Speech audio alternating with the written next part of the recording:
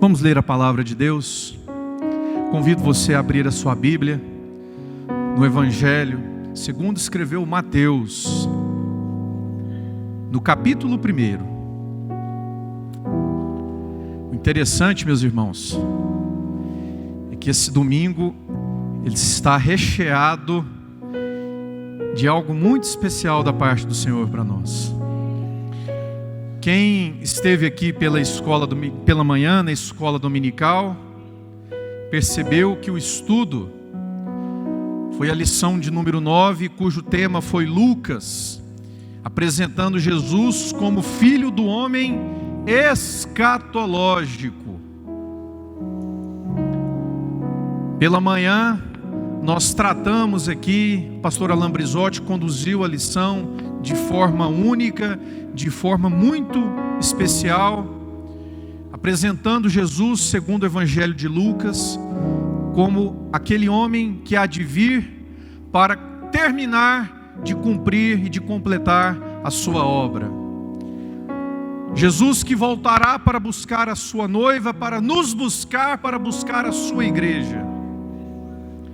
E o interessante é que agora à noite nós vamos passear, nós vamos meditar na palavra de Deus, nós vamos passear no tempo e nós vamos voltar lá na genealogia de Jesus.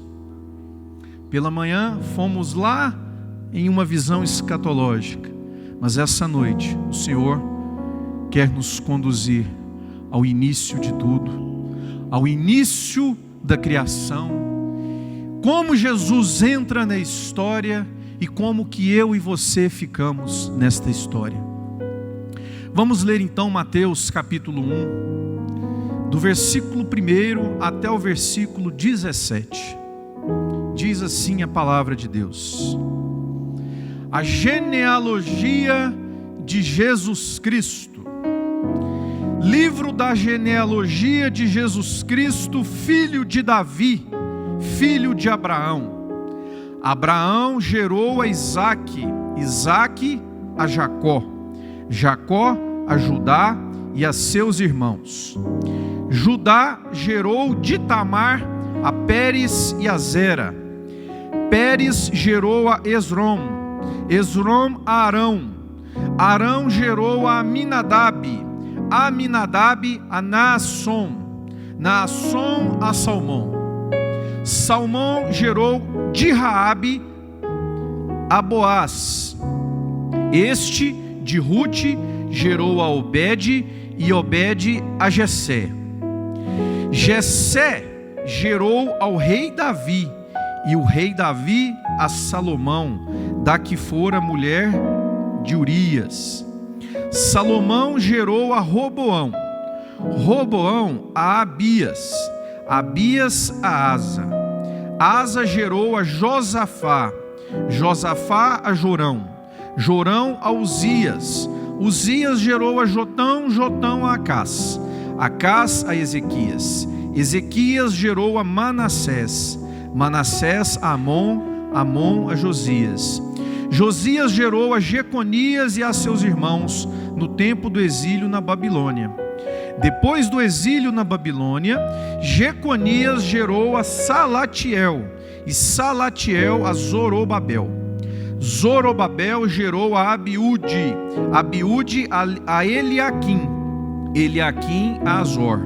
Azor gerou a Sadoc, Sadoc a Aquim, Aquim a Eliúde. Eliúde gerou a Eleazar, Eleazar a Matã, Matã a Jacó. E Jacó gerou a José, marido de Maria, da qual nasceu Jesus, que se chama o Cristo. E finalmente o versículo 17: de sorte que todas as gerações, desde Abraão até Davi, são 14. Desde Davi até o exílio na Babilônia, 14. E desde o exílio na Babilônia até Cristo, 14. Glória a Deus, tome seu assento. Meus irmãos, esse é o tema da mensagem de hoje à noite. Você pode até se indagar aí pensando assim: Que mensagem que pode sair da leitura de um texto meramente, a princípio, descritivo, e que proveito nós podemos tirar desta passagem do texto sagrado? Eu também fiquei assim, mas foi o Senhor que colocou no meu coração, o Senhor que produziu em mim o desejo de estar estudando, de estar meditando, aprofundando neste texto para compartilhar e a igreja. E eu posso te afirmar que há muito o que aprender através do estudo de uma genealogia. Nesse texto nós vamos encontrar, e no final do culto, daqui a pouquinho, você vai me dar razão, uma das mais belas histórias contadas ao longo de toda a Bíblia Sagrada. Uma história de amor que não mediu esforços e que eu e você, apesar de sermos posteriores, quando isso foi escrito, nós fazemos parte desta linda história de amor. Quando nós falamos em genealogia, meus irmãos, no mundo ocidental e no mundo moderno no qual nós vivemos, isso parece ser assim um pouco estranho, e a sociedade não tem o hábito de reconhecer a importância do estudo da genealogia.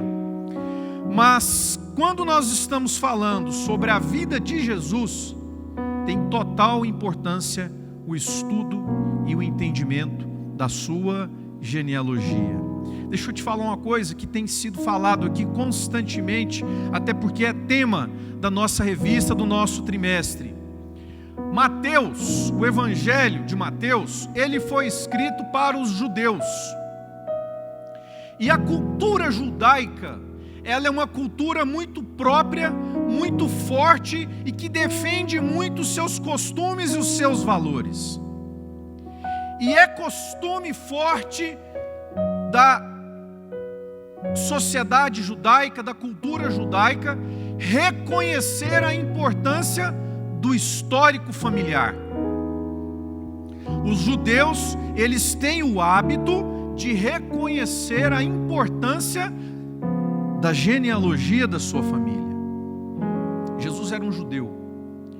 E Mateus, estrategicamente, sabendo que precisava alcançar o coração dos judeus que aceitavam Jesus como sendo o Messias, mas também visando alcançar o coração daqueles judeus que não reconheciam Jesus como Cristo, ele entendeu que ele precisava escrever com uma linguagem onde o judeu aceitaria como se fosse natural.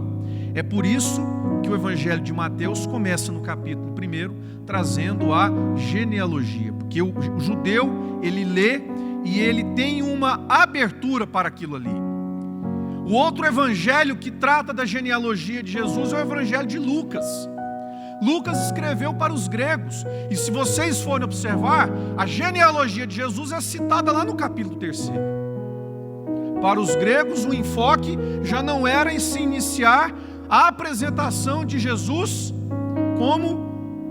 com a genealogia em primeiro lugar.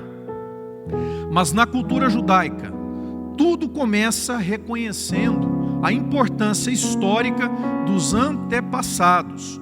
Os judeus, meus irmãos, eles levam muito a sério essa questão da genealogia.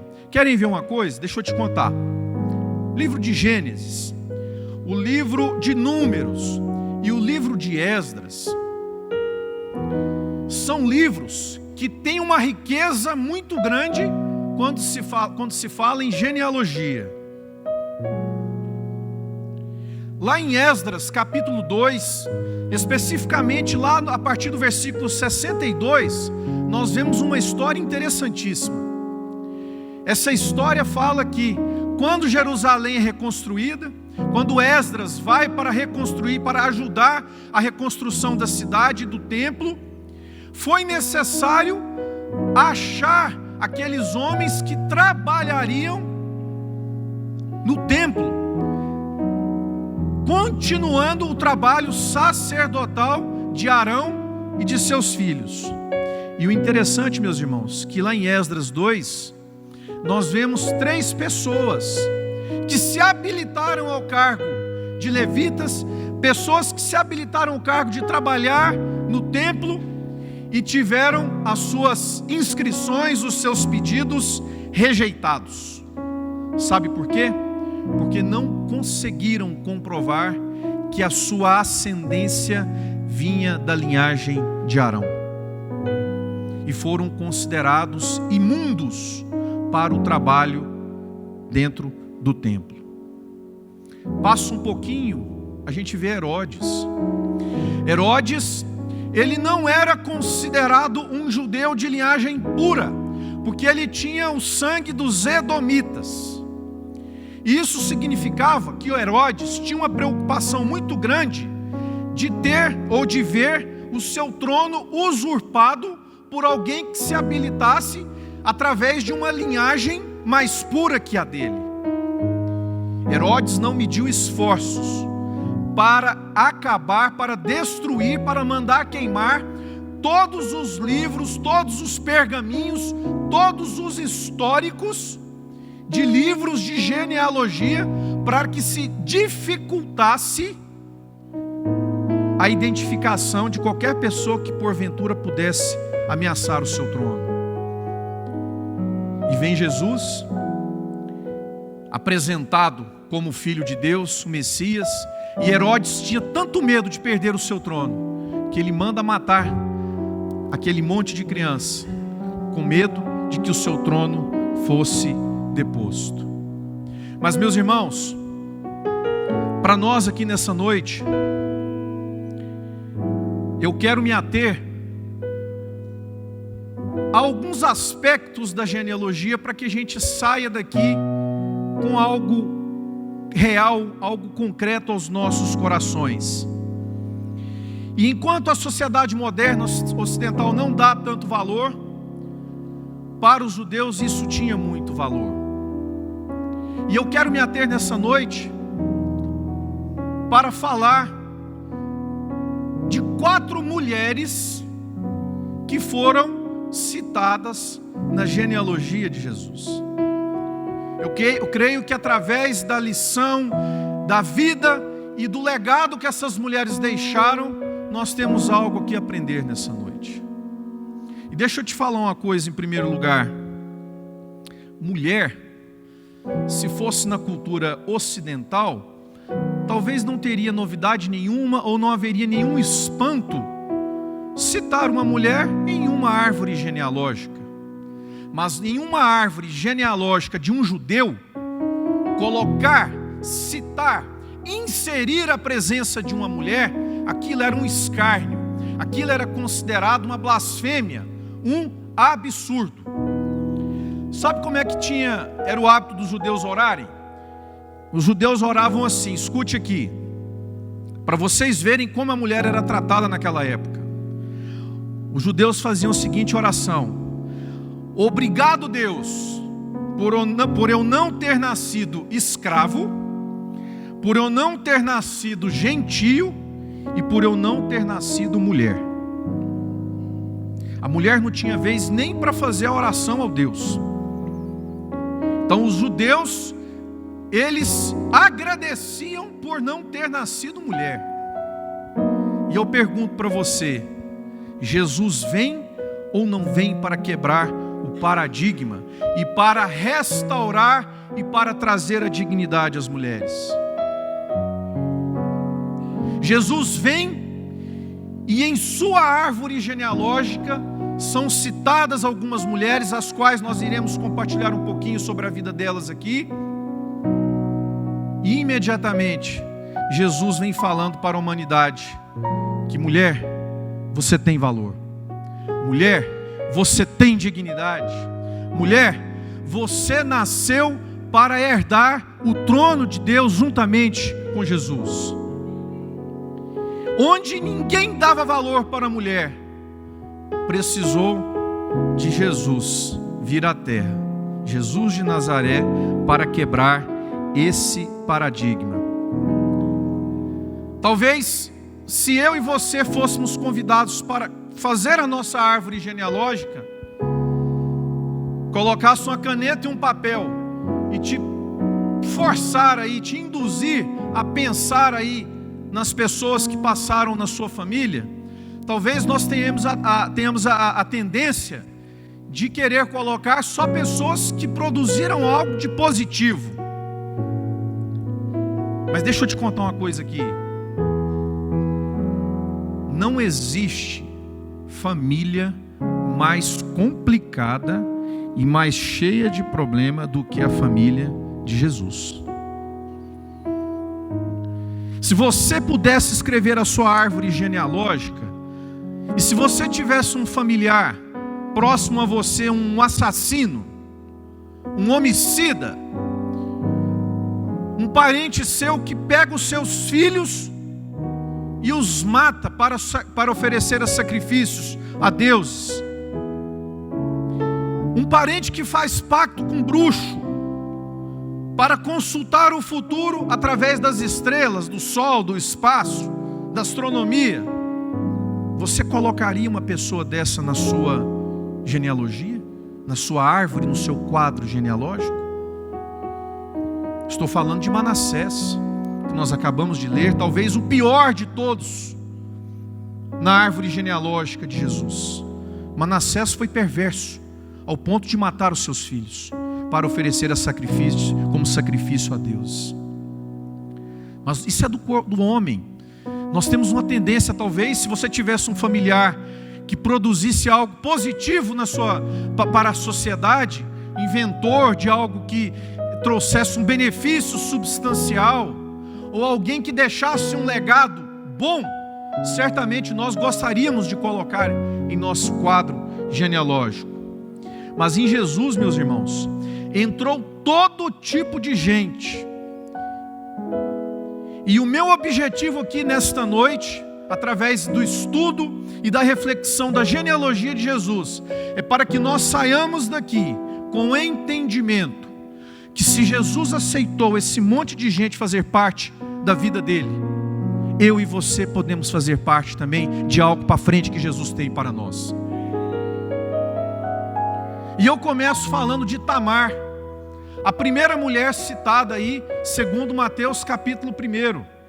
Essa mulher, no versículo 3, ela é citada como uma mulher que teve um relacionamento com um homem chamado Judá,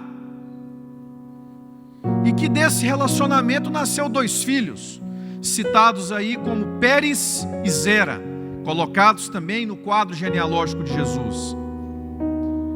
Em uma análise superficial, em uma leitura simples, a gente observa, poxa, que bonito, o nome até rima, Judá e Tamar. Parece que dá liga, né? Parece que algo se encaixa. Mas quando nós vamos lá em Gênesis capítulo 38 e vamos ler a história detida e com detalhes sobre este homem e sobre esta mulher, nós vemos algo de terrível acontecendo. Judá, vocês sabem, era filho de Jacó, um dos 12. O Judá teve 3 filhos. Olha o nome dos rapazes, da garotada aqui: Onã e Selá. E então o filho mais velho de Judá, o primogênito se casa com essa moça chamada Tamar. E diz a Bíblia lá em Gênesis 38 que esse rapaz não era boa gente não, era perverso. E ele era tão mau ao ponto de Deus permitir que ele morresse. Mas como nós falamos aqui, a cultura judaica ela é tão forte nos seus costumes, que havia uma lei civil que determinava que uma viúva sem filhos tinha por direito, não era faculdade do homem, era um direito da mulher de ser recebida pelo homem mais próximo como esposa. E nesse caso então, Judá entrega a sua nora para que o seu segundo filho a tomasse por esposa, Onã. Mas lá em Gênesis 38 fala também que esse rapaz era pior que o irmão mais velho. Ao ponto, meus irmãos, a palavra de Deus traz detalhes sobre isso. Ao ponto que quando Onã tinha relação sexual com Tamar, o seu sêmen era jogado no chão, ou seja, ele evitava que a sua esposa se engravidasse, para que aquele filho, não, eventualmente concebido, não fosse lembrado como seu, e sim de seu irmão. E a palavra de Deus diz que Deus, por causa dessa perversidade, Ele permite que este rapaz também morra. Só que aí entra num problema complicado, porque aí vai para o terceiro filho, o Selá. Só que quando isso acontece, Selá era um garoto. E Judá, o sogro, chega para Nora e fala o seguinte: Tamar, você vai para a casa do teu pai, passa um tempo, quando este garoto se transformar em homem, eu vou cumprir com a obrigação da família e vou te dar ele em casamento, para você receber o seu direito de ter um filho. Passado o tempo, o garoto cresce e Judá não cumpre com a sua promessa. Meus irmãos, isso gera uma revolta tão grande em Tamar. Ela se sente ultrajada por ter entrado em uma família onde em 2 casamentos, um pior que o outro, foi maltratado, e no terceiro ela leva literalmente o cano da família, o cano do sogro. E a palavra de Deus diz que Judá começa a alimentar algo tão negativo, tão ruim dentro de si, que ela arquiteta um plano para que, segundo a sua própria justiça, ela consiga receber o direito que a lei civil judaica lhe assegurava. Judá, então, ela arquiteta um plano. Ela muda suas vestes, tampa o seu rosto, vai para a entrada da cidade e se faz de prostituta para envolver e seduzir o seu sogro. Porque ela pensou assim: eu preciso de um filho dessa família. Se não é o garoto, então o único que sobrou é o pai dele, é o sogro. Então vai ser com ele que eu vou ter assegurado o meu direito. O Judá chega, vai ter com aquela mulher, ela com o rosto tampado, não reconhece que é a sua nora, e então ela propõe deitar-se com ele, e ele fala para ela assim: mas eu não tenho dinheiro, o que eu posso te dar é um cabrito em pagamento pelo seu serviço, e o cabrito não está aqui porque eu vim para tosquear as ovelhas. E ela fala para ele: não tem problema não, deixa uma garantia aqui, eu vou prestar o meu serviço para você, e depois você manda o meu cabrito, eu te devolvo o penhor que você deixou. E então, meus irmãos, Judá, ele deixa 3 objetos como garantia. Deixa o seu cajado, o seu anel e o seu escudo como garantia. E ali eles consomem aquele incesto, aquele ato pecaminoso. Tamar vai embora. Passados alguns meses, recebe-se a notícia na sociedade que Tamar está grávida. A notícia corre e chega até o seu sogro Judá.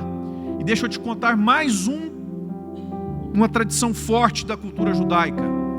Uma viúva que engravidasse e sem identificar quem era o marido, havia para ela uma condenação à pena de morte por apedrejamento. Judá então manda chamar a sua nora para que seja cumprida a lei civil judaica, para que ela seja apedrejada. Quando chegam para pegar Tamar, pastor João, a Tamar fala: opa, peraí, eu tenho como identificar quem é o pai da criança. O pai da criança é quem é o dono desses 3 objetos aqui. E quando isso acontece, meus irmãos, todo o pecado é desmascarado e tudo aquilo cai à tona de forma escancarada na sociedade. Moral da história, como essa história se encerra? Tamar não foi apedrejada. Ela, apesar de uma via tortuosa, apesar de uma via oblíqua, ela consegue o que queria, ela consegue o reconhecimento de ter um filho da linhagem do seu primeiro marido, mas dentro de si inicia-se ali algo profundamente terrível no interior daquela mulher. Um tormento que ela não consegue se libertar. Mas, meus irmãos, Tamar para nós, nos dias de hoje, ela tem muito significado para mim e para você. Não é simplesmente Tamar, uma mulher que se fez de prostituta, Tamar com uma característica, um desejo de vingança saltando os olhos, mas Tamar para nós hoje simboliza, escute, todos os seres humanos que são injustiçados na vida e que de alguma forma ou de outra buscam a realização de justiça própria. Será que isso fala com alguém aqui nesta noite? Será que há alguém aqui que porventura esta característica de Tamar, de querer buscar a satisfação dos seus desejos, os seus impulsos através da sua própria justiça, fazer valer isso acima de qualquer coisa? A lição que a genealogia de Jesus traz ao citar Tamar, esta mulher que agiu buscando a justiça própria, buscando os seus impulsos acima de tudo, buscando aquele desejo de vingança para que fosse cumprido de qualquer jeito. A lição que a genealogia nos traz ao falar dessa mulher é que Jesus está aberto para entender essas pessoas que por qualquer motivo se sentem injustiçadas no mundo. O amor de Jesus, o sacrifício de Jesus feito na cruz, ele serviu também para alcançar as pessoas que são injustiçadas no mundo. E talvez você adentrou aqui nesta casa de oração com este sentimento de que a justiça para você nunca vai chegar, que tudo que você passou na vida tem sido bastante, que você não vai conseguir romper com esse peso, com essa cobertura que vem diante dos teus olhos. Mas eu quero dizer para você que um dia esta mulher chamada Tamar, ela se arrependeu do que fez e promoveu um encontro com Deus. Por isso que o Senhor ministrou ao meu coração esse cântico. Vocês são bênção de Deus, vocês foram instrumento do Senhor para cantar este hino conosco aqui nessa noite.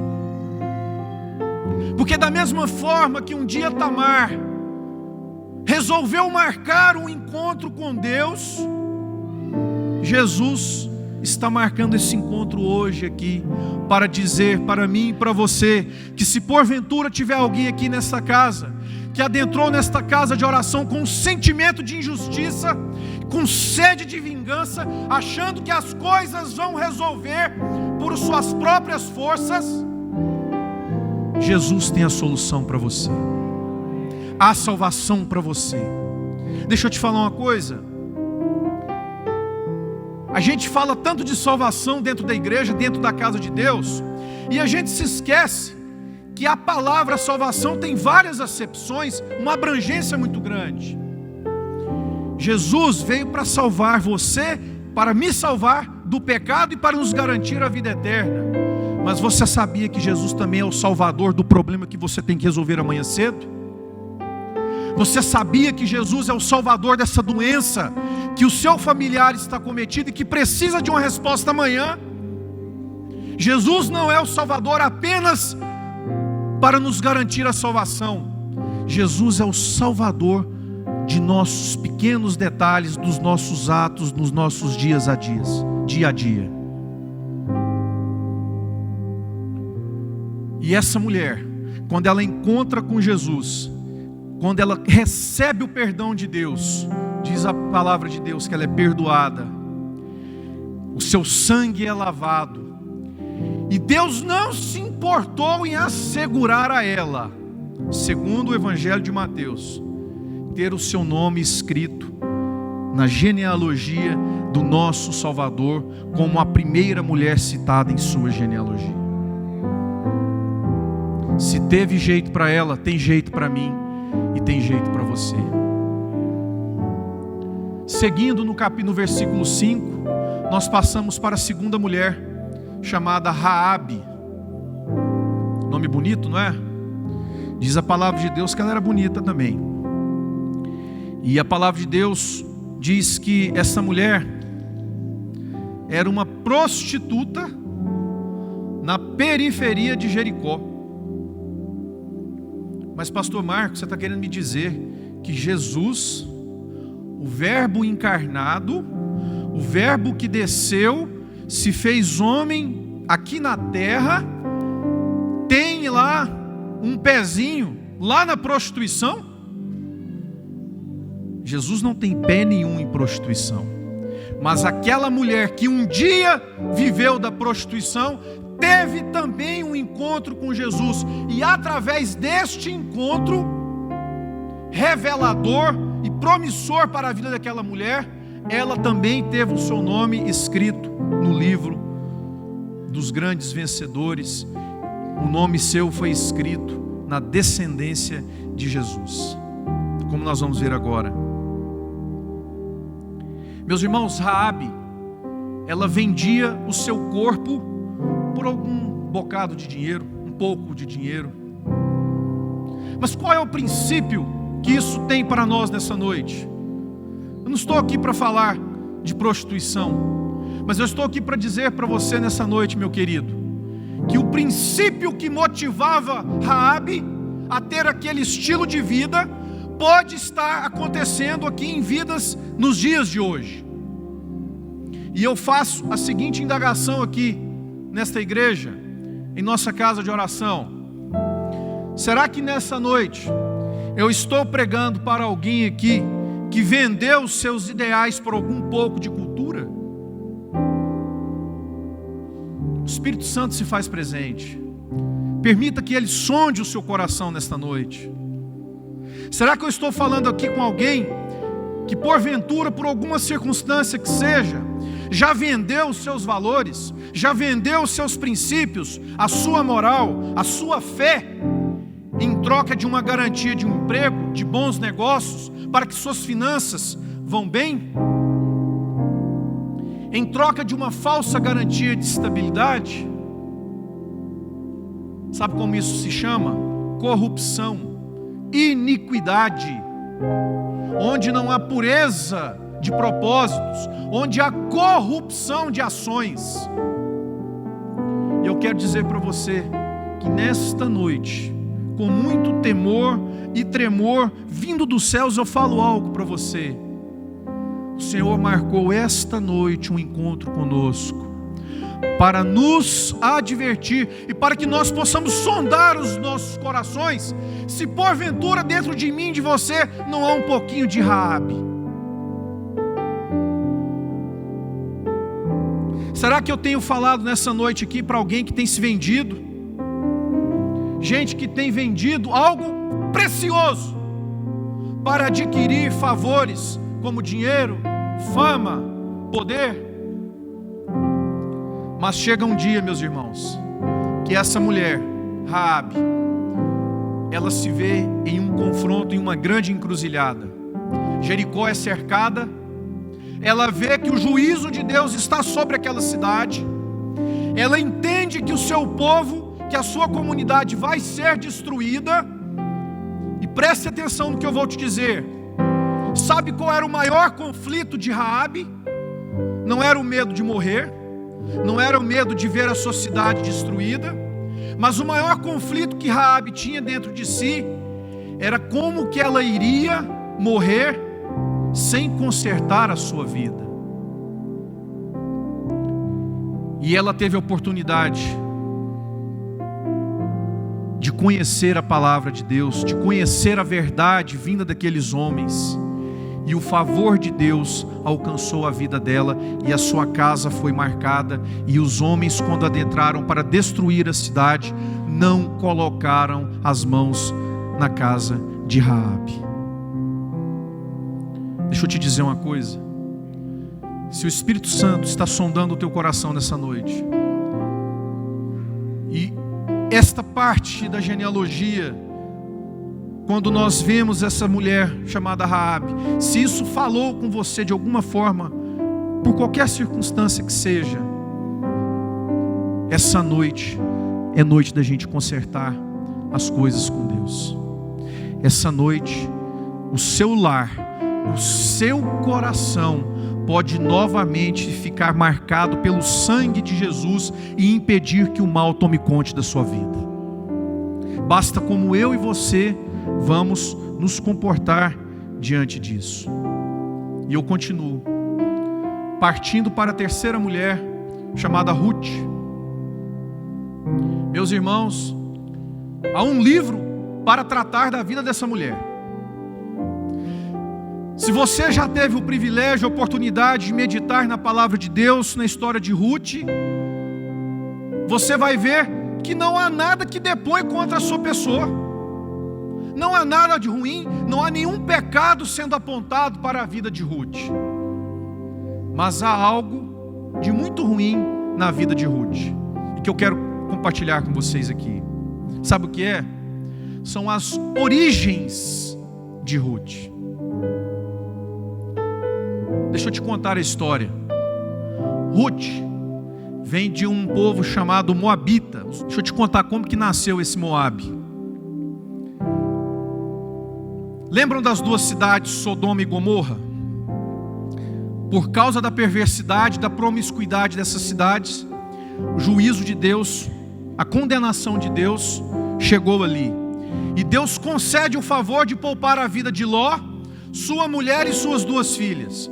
E mandam eles saírem da cidade antes que a cidade fosse destruída. Eles saem. A mulher de Ló, vocês conhecem a história. Ela olha para trás, ela fita os seus olhos, tira os seus olhos da promessa de Deus, e naquele momento, o que acontece? Ela é transformada em uma estátua de sal. O Ló, deu linha com as duas filhas, se esconderam dentro de uma caverna, dentro de uma montanha. E como a cultura ali naquela época era muito permissiva, as filhas de Ló acharam que não existiria mais nenhum homem para que elas dessem seguimento na constituição de suas famílias. E elas arquitetam um plano, embebedam seu pai, têm relações sexuais com seu pai, e uma das filhas engravida do pai. Mais um incesto na árvore genealógica de Jesus. E essa filha, com fruto desse relacionamento com Ló, seu pai, dá à luz a esse rapaz chamado Moabe. Voltando para Ruth. Ruth é descendente de Moabe. O problema de Ruth não era o seu comportamento, mas ela tinha grandes conflitos com a sua origem.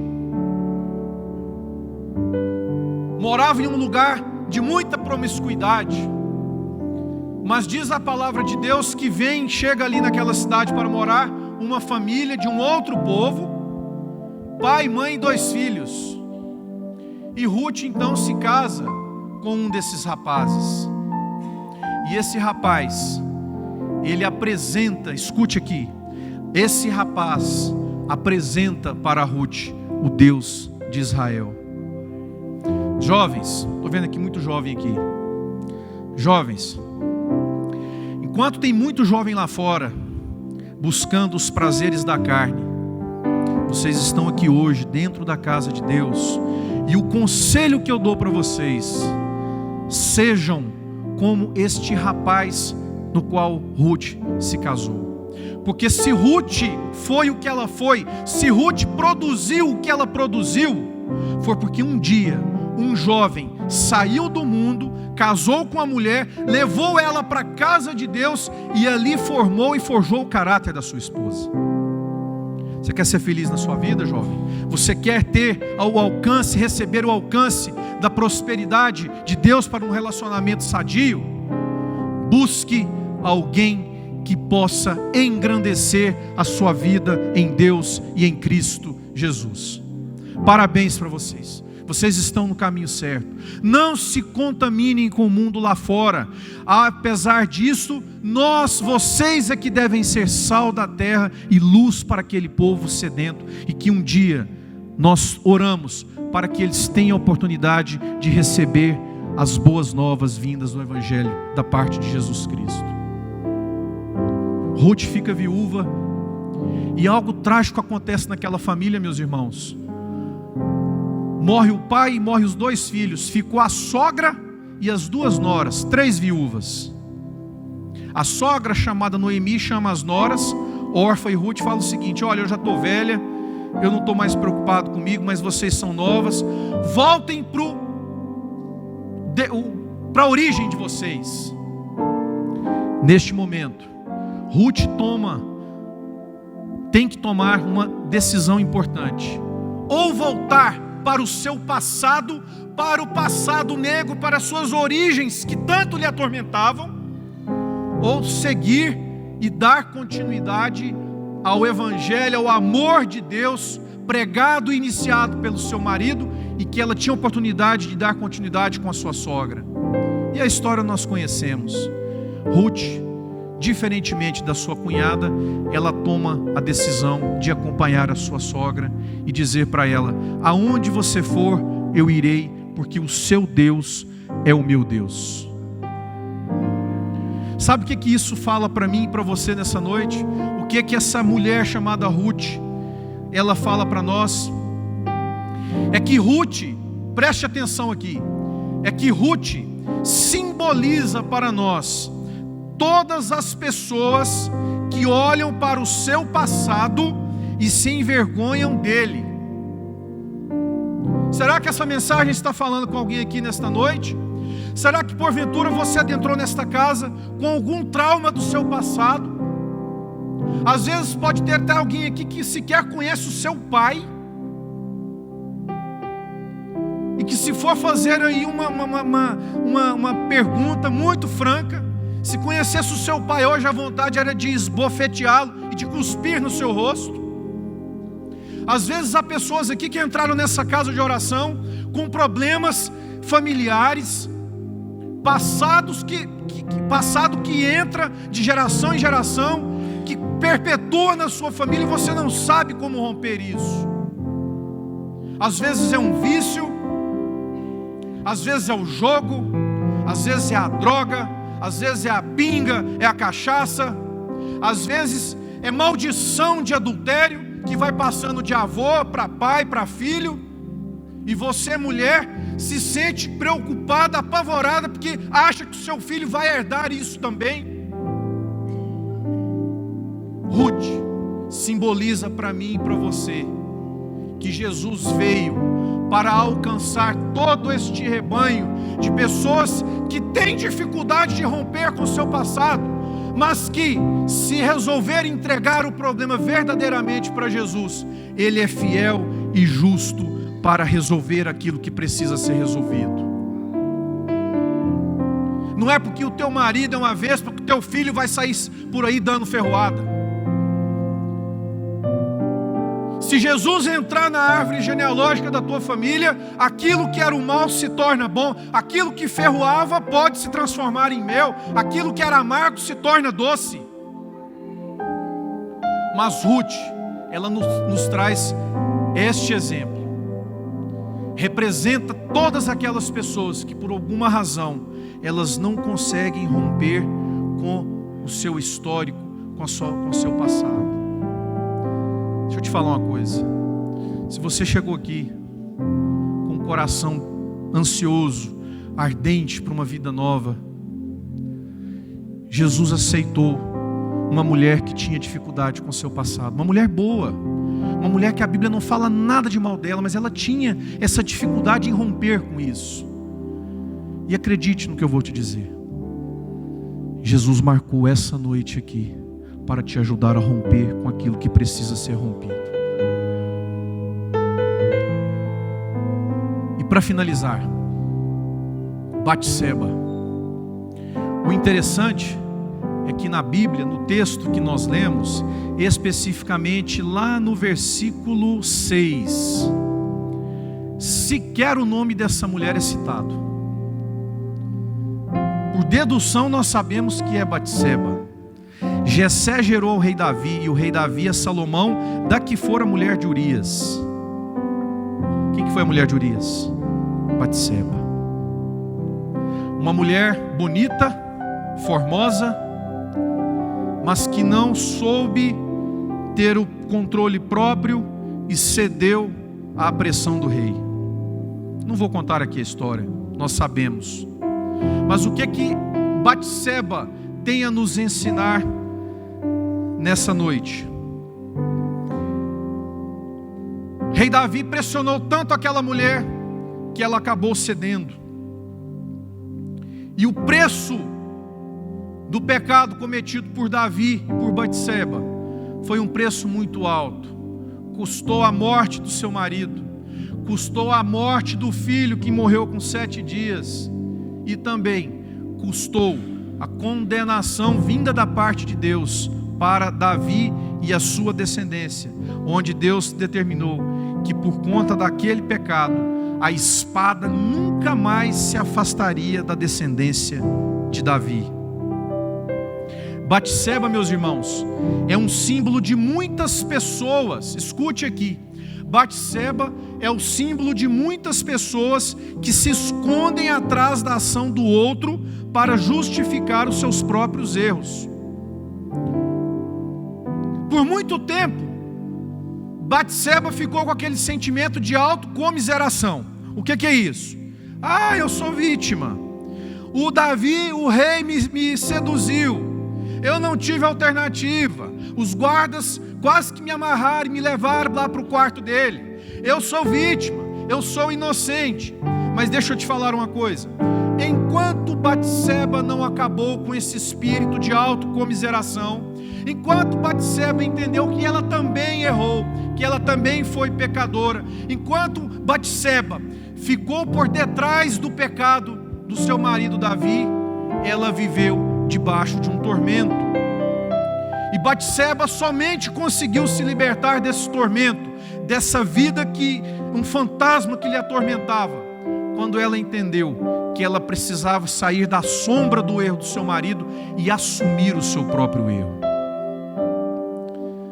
Será que isso fala com alguém aqui nessa noite?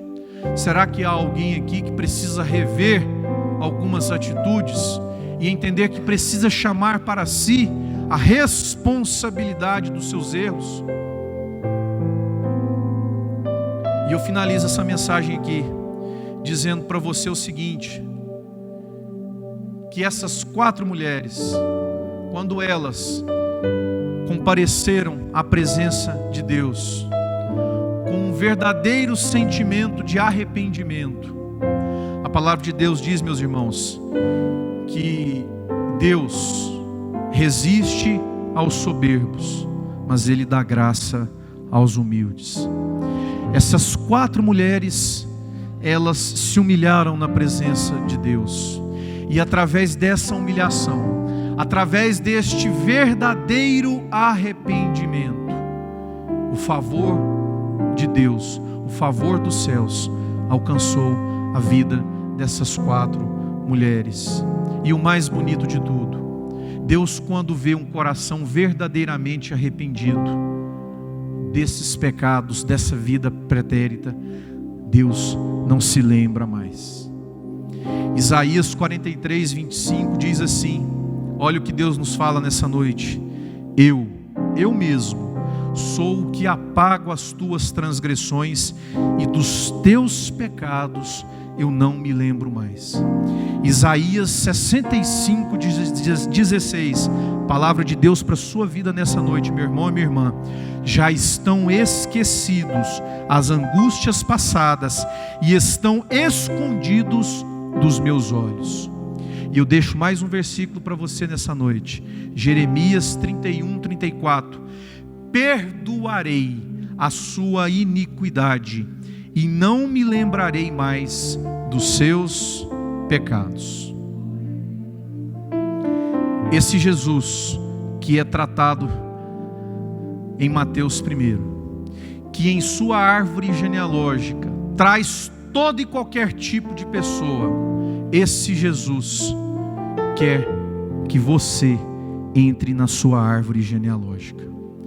Se você entender que há espaço para você, há uma morada para você lá nos céus te esperando, você vai entender que você vai passar pela genealogia de Jesus.